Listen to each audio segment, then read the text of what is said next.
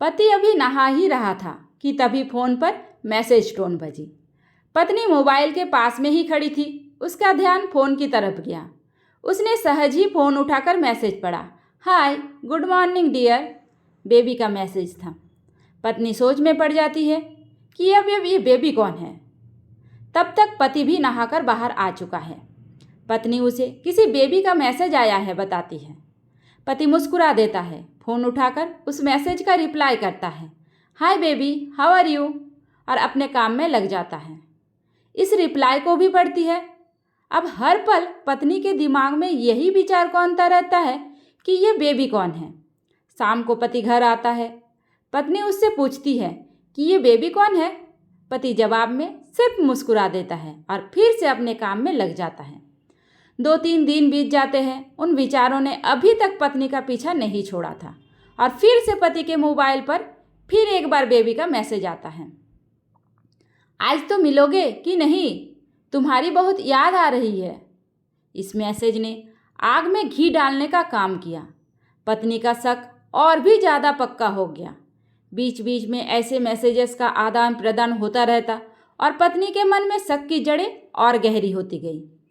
पति पूछने पर भी जवाब में सिर्फ मुस्कुराहट के और कुछ नहीं कहता। यह शक गुस्सा बनकर तब ज्वालामुखी की तरह फट पड़ता है जब एक दिन उसे अपने पति के जेब में सिनेमा के 2 टिकटें मिलती हैं। पत्नी अपने पति से बहुत झगड़ती है। पति उसे समझाने की कोशिश करता है, लेकिन वो कोई भी बात सुनने को तैयार नहीं है। पति को भी उस पर गुस्सा आ जाता है और ये झगड़ा और भी ज़्यादा बढ़ जाता है। गुस्से में पति घर से बाहर निकल जाता है। पत्नी का गुस्सा पति से कई गुना ज़्यादा है। तुरंत वो अपना सारा सामान पैक करती है, एक चिट्ठी लिखती है कि मैं मायके जा रही हूँ हमेशा के लिए, और पति का घर छोड़कर चली जाती है। गुस्सा शांत होने पर जब पति घर आता है तो चिट्ठी पढ़कर उसके होश उड़ जाते हैं। 10 दिन बीत जाते हैं। गांव के उस घर पर डोरबेल बजती है जहां पत्नी रहने चली गई है। पत्नी दरवाज़ा खोलती है। दरवाजे पर 10 साल की एक छोटी सी बच्ची हाथों में एक चिट्ठी लिए खड़ी है। वो पत्नी को वो चिट्ठी देती है। बच्ची से वो चिट्ठी लेकर पत्नी चिट्ठी खोलकर पढ़ती है। डियर वाइफ, जिस बेबी की वजह से हम दोनों में इतने झगड़े हुए और तुम हमारा घर छोड़कर यहाँ चली आई, ये बच्ची जो अभी तुम्हारे सामने खड़ी है वो वही बेबी है। अनाथ आश्रम की एक प्यारी सी बच्ची। इसी के साथ मैं बातें करता था, सिनेमा जाता था। पहली बार जब तुमने बेबी के बारे में पूछा था तो मैंने जानबूझकर तुम्हें नहीं बताया था।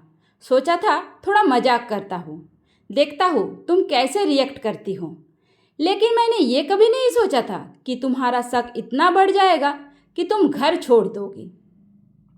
हाँ, सबसे ज़रूरी बात, ये जो बेबी है वो किसी और की नहीं बल्कि तुम्हारी ही बेटी है। रुको, अपने आप को संभालो और आगे की बात ध्यान से पढ़ो।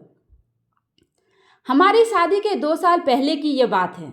तुम अपने कॉलेज के लास्ट ईयर में थी। तुम्हारे प्रोफेसर ने नोट्स लेने के बहाने तुम्हें बुलाया था और तुम्हें चाय में नशीली दवा खिलाकर ना करने वाला काम किया था। इसमें तुम्हारी कोई गलती नहीं थी, लेकिन कुदरत ने अपना काम किया और तुम्हारे पेट में इस बेबी को डाल दिया। काफ़ी प्रयास करने पर भी एबॉर्शन नहीं हुआ। तुम्हारे घर के वालों ने समाज के डर से तुम्हें 6 महीने तक घर में ही रखा। तुम्हारे पिताजी खुद एक डॉक्टर है, इसलिए यह बिन मांगा बच्चा बड़ी आसानी से बिना किसी को कानो कान खबर हुए इस दुनिया में आया। भविष्य में तुम्हारी शादीशुदा जिंदगी में कोई प्रॉब्लम ना हो, इसलिए तुम्हारे पिता ने इस बच्चे को गांव के एक अनाथ आश्रम में छोड़ दिया। यह बच्चा मतलब ये बेबी जो अभी तुम्हारे सामने खड़ी है, अगर अभी भी विश्वास नहीं हो रहा है तो तुम इस बच्ची के गाल का वो तिल देख लो जो शायद तुमने उसे आखिरी बार रोते हुए देखा होगा, या फिर अपने पिताजी से पूछ लो। पत्नी जल्दी से उस बच्ची को पास में लेकर उसके गालों का तिल देखती है। उसका मन भर आता है, उसकी आंखों में आंसू आ जाते हैं, लेकिन अभी भी चिट्ठी बाकी है, इसलिए वो आगे बढ़ती है। मुझे पता है अभी भी तुम्हारे मन में यह सवाल उठ रहा होगा कि यह सब मुझे कैसे पता। तुम्हें बता दूं कि यह सब तुम्हारे खुद के पिता ने ही अपने मन में उठ रहे पश्चाताप को शांत करने के लिए शादी के 1 महीने पहले मुझसे मिलकर सारी बात मुझे बताई थी। उन्होंने ये भी कहा था कि अगर मैं चाहूँ तो ये शादी से इनकार कर सकता हूँ। मैंने तो स्वीकार किया क्योंकि इस पूरी घटना में तुम्हारी कोई भी गलती नहीं थी और हमारी शादी हो गई। तुमने मुझे बहुत प्यार दिया, लेकिन तुम्हारे पिता से बेबी के बारे में जानने के बाद मैं उससे मिले बिना नहीं रह पाया। मैं बीच बीच में उससे मिलता था।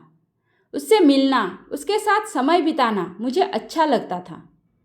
कितनी प्यारी बच्ची बिना किसी गलती के क्यों सजा भुगते। बस इसलिए मैं उसे थोड़ी सी खुशी देने की कोशिश करता था। बस मुझे इतना ही कहना था। अब अगर तुम फिर से अपने घर आकर मेरे साथ रहना चाहो तब और सिर्फ तभी गैलरी में आ जाओ। तुम्हारा और सिर्फ तुम्हारा डियर पति। बिना एक क्षण की भी देरी के पत्नी दौड़कर गैलरी में पहुंची और रास्ते पर उसका पति खड़ा था। उसके चेहरे पर मुस्कान, पत्नी की आंखों में आंसू।